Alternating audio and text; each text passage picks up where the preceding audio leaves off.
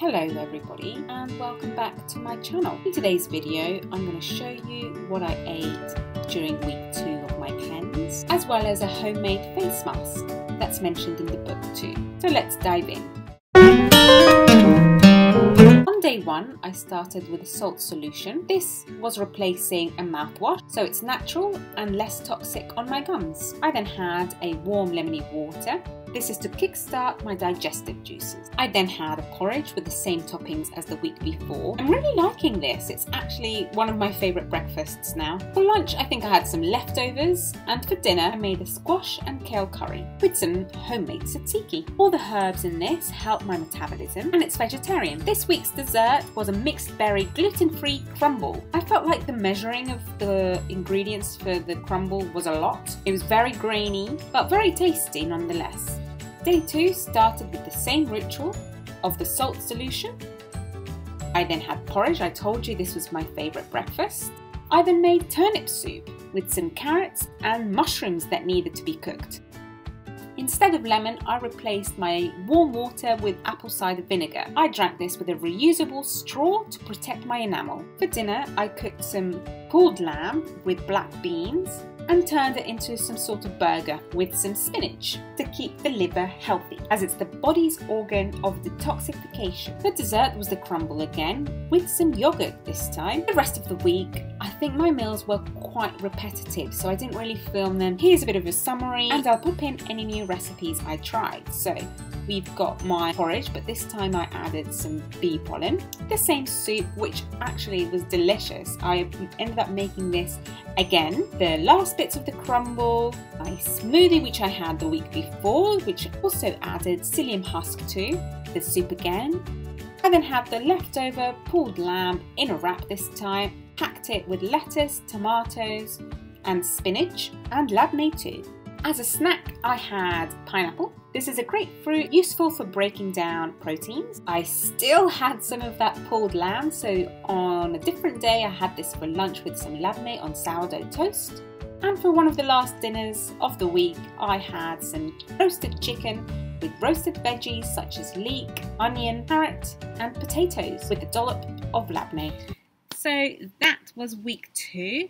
I just thought I'd do a little recap like we did last week. So week 1 kick-started the killing of the bad bugs in my system, and so week 2 was introducing healthy habits to further cleanse my gut, including a look at oral hygiene, which is why I substituted the mouthwash for a salt solution, which was a lot better for my gums. I also introduced the warm lemony water in the mornings, as well as drinking apple cider vinegar in between meals. And finally, I started taking on a probiotic. Carried on ditching the sugar as I did last week, and I ate lots of broccoli, kale, all of these vegetables that are great for detoxifying the liver. So at the start of the week it was a bit hard because I did have to remember to drink my water, to drink the apple cider vinegar and to take my supplement of probiotics. But as the week went on, like I said, it got easier. I really liked taking the apple cider vinegar because this was topping up the stomach acid in my stomach. A sign actually of whether or not you need to do this is if you're always bloated all the time, you feel excess wind after eating, you've got spots or acne. That was sort of one thing that I actually made me want to start this cleanse. I'm not sure if I mentioned it in my last video, but my skin did break out quite often, and I used to have such clear skin. So one of the reasons I wanted to also do this was because I wanted to get my clear skin back. I wanted to get that sort of smooth complexion. One thing Liz does recommend to have during week 2 were Swedish bitters. These are like little drops of bitters, and these help to sort of kickstart that digestion process even before you start eating. I didn't actually have any this week because I didn't buy any. They were quite expensive online anyway. And I think I helped that process by having the apple cider vinegar instead. Talking of trying to soothe my skin and my face, I also made my own probiotic face mask during this week, and it really did feel like it was quite gentle as well. So it wasn't harsh, it had really nice ingredients, and the yogurt itself I've used before even just plain yogurt on my face as a face mask. So I knew that I reacted really well to that particular ingredient. And the book does actually also mention that if you don't have those other ingredients at hand, like the avocado and the honey, you can just put natural yogurt on your face. It's one of the things I will try to sort of do more often. I usually just do it like once a month, even once every 2 months. So I will try to do this more often. She does say to at least do it like once or twice a week. And now I'm going to show you how to make your own probiotic face mask. You will need some raw honey, some live yogurt or milk kefir. The lactic acid is a useful ingredient when it comes to skincare, and it's actually one of the most effective. It helps to maintain a clear and healthy complexion. Finally, a ripe avocado.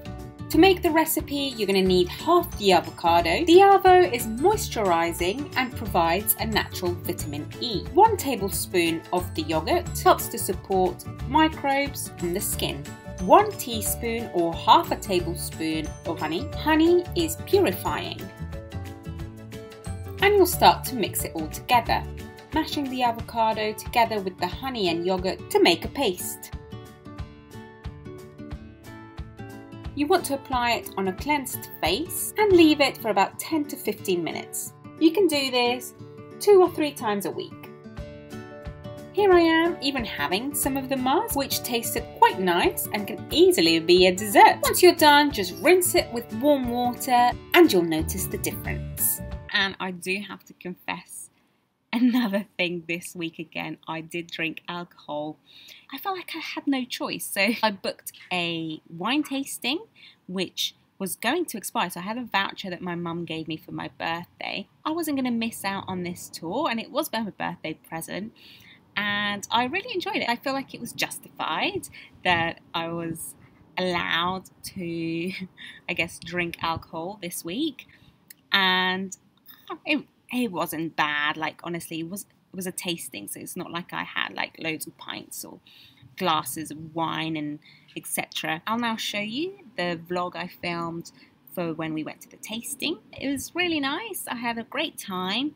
And like I do every week, I'm going to try on week 3 to stick to the routine a bit more strictly, and I'll see you then and we'll find out how I did. For my birthday last year, my mum gave me a Virgin Experience Days voucher, which included a wine tasting at Chiltern Valley. When we arrived at the vineyard, there were a few vintage cars parked up in the car park, and they were so nice to look at. Gave me loads of Great Gatsby vibes.